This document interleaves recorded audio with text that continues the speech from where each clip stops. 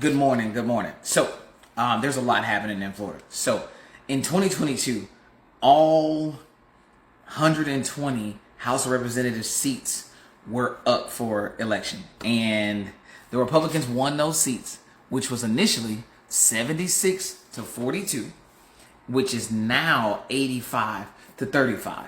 That's just if you're looking at the Republican Democrat split and who has the majority of these seats when we think about some of these laws that are kind of affecting us and what could be subjectively adverse ways, and some think that it's okay.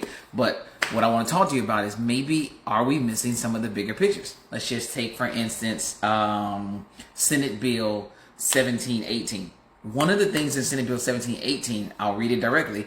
Senate Bill 1718 makes it a felony to transport into the state of Florida a person who you know or reasonably should know, one, entered the U.S. unlawfully, and two, has not been inspected by the federal government.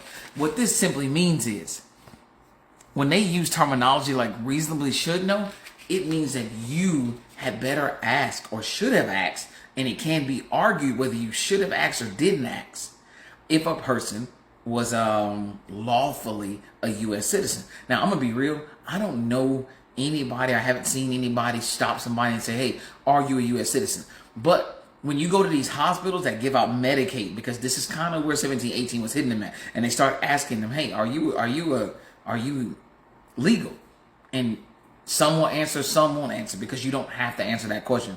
When they start to make these ties back to where you've been staying, who are you staying with, all of these things, everybody that's in that tie, if you said you are not legal, they're going to ask you how you got here.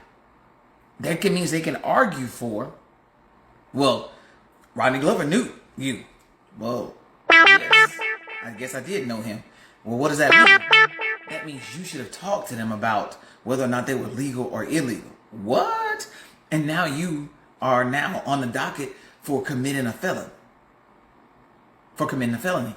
I don't want to be on the docket for committing a felony because I'm not asking Spanish people if indeed they are illegal immigrants. I'm not out here doing that. I'm just not out here asking. But they can tie it back. So it's kind of like, hey, let's make sure that we are looking at these things and we are thinking about this. There are 120 representatives. Let's find out who voted for some of this stuff to go in here, because it's going to have an impactful.